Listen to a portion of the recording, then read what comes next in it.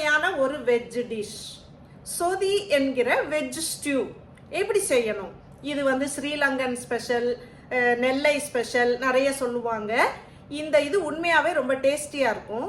இது வந்து நமக்கு ஆப்பம், இடியாப்பம், தோசை எல்லாத்துக்கும் ரொம்ப டேஸ்ட்டாக இருக்கும். வாங்க வீடியோக்குள்ளே போகலாம். ரொம்ப ரிச்சாக க்ரீமியாக இருக்கும். வாங்க வீடியோக்குள்ளே போகலாம்.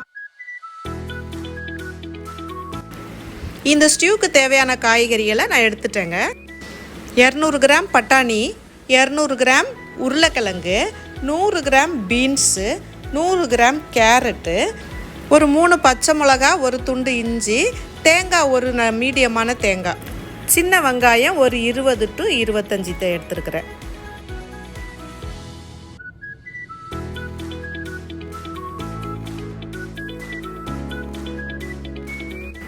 இஞ்சி நல்லா தோல் சீவி கழுவிட்டு இஞ்சியும் பச்சை மிளகாவும் சேர்ந்து ஃபைன் பேஸ்ட்டாக அரைச்சி வச்சுக்கணுங்க.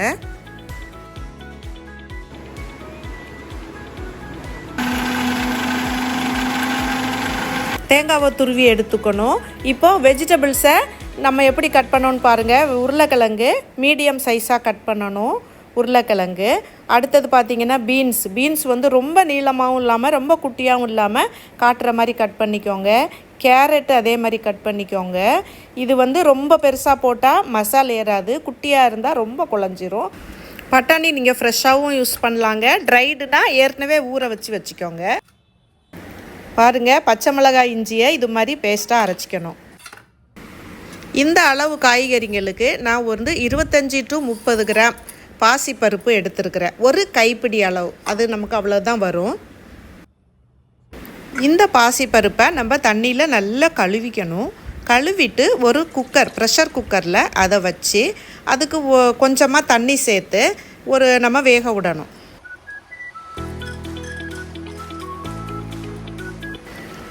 பருப்பு முழுகிற அளவுக்கு நான் தண்ணி ஊற்றிக்கிட்டேன். ஸ்டவ் ஆன் பண்ணி ப்ரெஷரில் போட்டிருக்குறாங்க. இந்த நேரத்தில் இந்த தேங்காய் துருவி வச்சுருந்த தேங்காவை எடுத்து மிக்சியில் நல்லா அரைச்சிக்கணும். அரைச்சிட்டு அதை வந்து பால் புளியணும். அரைச்ச தேங்காயில் ஒரு 1/2 டம்ளர் தண்ணி ஊற்றி நல்லா புளிஞ்சி எடுக்கணும். இது ஒரு 3/4 டம்ளர் வரும். இது ஃபஸ்ட்டு பால். இது ரிச் அண்ட் க்ரீமியாக இருக்கும். இதை வச்சிக்கணும். மீதி பாலில் வந்து நம்ம 1 லிட்டர் அளவுக்கு வர மாதிரி திரும்ப அந்த தேங்காயிலே தண்ணி ஊற்றி புளிஞ்சி எடுத்துக்கணும். இப்போ பாருங்கள், இது மாதிரி எடுத்து வச்சுருக்கேன். இது வந்து 1 லிட்டர் இருக்குது. இந்த நேரத்தில் ப்ரெஷர் வந்து 3 ரிலீஸ் முடிஞ்சு நான் ஆஃப் பண்ணி எடுத்து வச்சுட்டேன். இப்போ ஒரு அடி கனமான பாத்திரத்தை எடுத்துக்கோங்க. நான் ஒரு குக்கர் பாத்திரத்தை தான் எடுத்துருக்கிறேன். இதில் வந்து ஒரு 3 ஸ்பூன் தேங்காய் எண்ணெய் ஊற்றணும். இந்த சொதிங்கிற வெஜ் ஸ்டியூக்கு தேங்காய் எண்ணெய் தான் ருசி அதிகமாக கொடுக்கும். தேங்காய் எண்ணெய் சூடானதும் அதில் ஒரு 1.5 ஸ்பூன் கடுகு போட்டிருக்கிறேன். இந்த கடுகு வந்து நல்லா வெடிக்கணும். வெடித்தாதான் அந்த டேஸ்ட் வரும். கடுகு வெடிக்காமல் நம்ம உளுத்தம்பருப்பு போடாதீங்க. கடுகு வெடித்த உடனே அடுத்தது ஒரு 1 ஸ்பூன் to 1.5 ஸ்பூன் உளுத்தம்பருப்பு போடுங்க. 1/2 ஸ்பூன் ஜீரகமும் போடுங்க.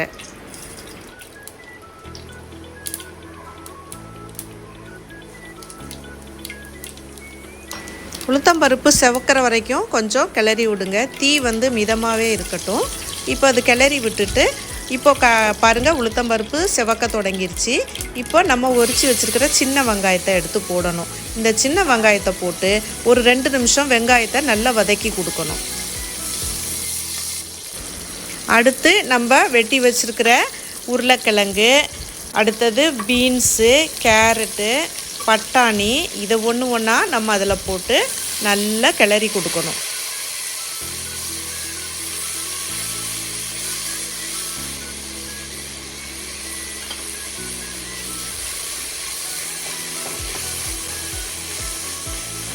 இந்த வெஜிடபிள்ஸ் இந்த தேங்காய் எண்ணெயில் ஓரளவு வதங்கின பிறகு நம்ம எடுத்து வச்சுருக்கிற தேங்காய் பால், 2வது தேங்காய் பாலில் பாதியை ஊற்றுங்க.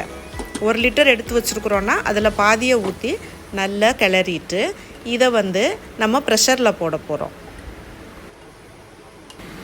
ஒரு பச்சை மிளகாவை நான் முழுசாக இதில் சேர்த்துக்கிறேன். எனக்கு அந்த ஃப்ளேவர் ரொம்ப பிடிக்கும். அது உங்கள் ஆப்ஷன், சேர்க்கலாம் சேர்க்காமலும் இருக்கலாம்.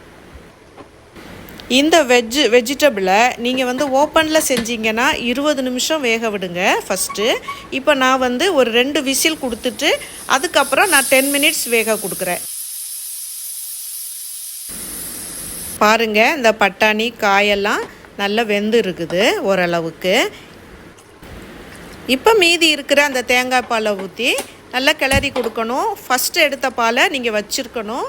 பாசிப்பருப்பு இதுக்குள்ளே நம்ம ப்ரெஷர் ரிலீஸ் ஆகி இருக்கும், அதையும் எடுத்து இதில் கலந்துடணும். இப்போ இது வந்து ஃபர்தராக 10 மினிட்ஸ் நல்லா பாயில் பண்ண விட்டுருங்க. தேவையான அளவு உப்பை சேர்த்துருங்க.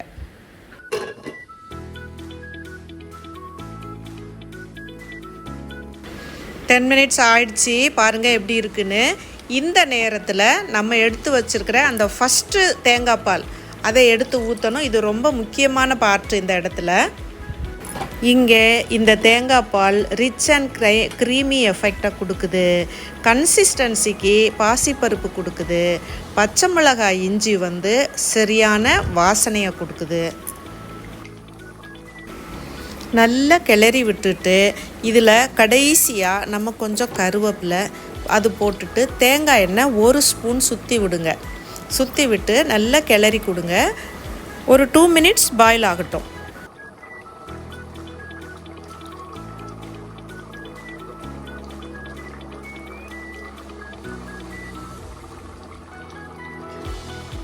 வாசனை செமையாக மூக்க தொலைக்குது. இந்த நேரத்தில் நம்ம 2 மினிட்ஸ் பாயில் ஆகிடுச்சி. நல்லா கன்சிஸ்டண்ட்டாக வந்திருக்குது.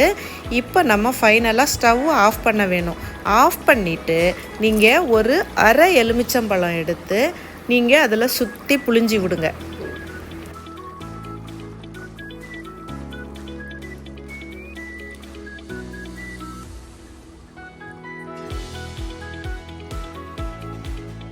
அவ்வளோதாங்க, அருமையான சொதி என்கிற வெஜ் ஸ்டியூ ரெடி ஆயிடுச்சு. இதில் சிலர் வந்து கத்திரிக்காய் முருங்கைக்காய் சேர்த்துட்டு லெமன் கொஞ்சம் கூட விட்டு மதிய சாப்பாட்டுக்கும் யூஸ் பண்ணுவாங்க. அதுவும் நல்லாயிருக்கும். நான் வந்து இப்போ டிஃபனுக்கு பண்ணதுனால நான் இவ்வளோ தான் காய் சேர்த்து இப்படி பண்ணியிருக்கிறேன். இது ரொம்ப ரிச் அண்ட் க்ரீமியாக இருக்கும். பாருங்கள் எவ்வளோ. நான் வந்து பஞ்சு போல் ஆப்பத்துக்கு இந்த ஸ்டியூவை பண்ணியிருக்கேன். இது டின்னருக்கு பண்ணியிருக்கிறதுனால ரொம்ப ரொம்ப ருசியாக இருக்குங்க.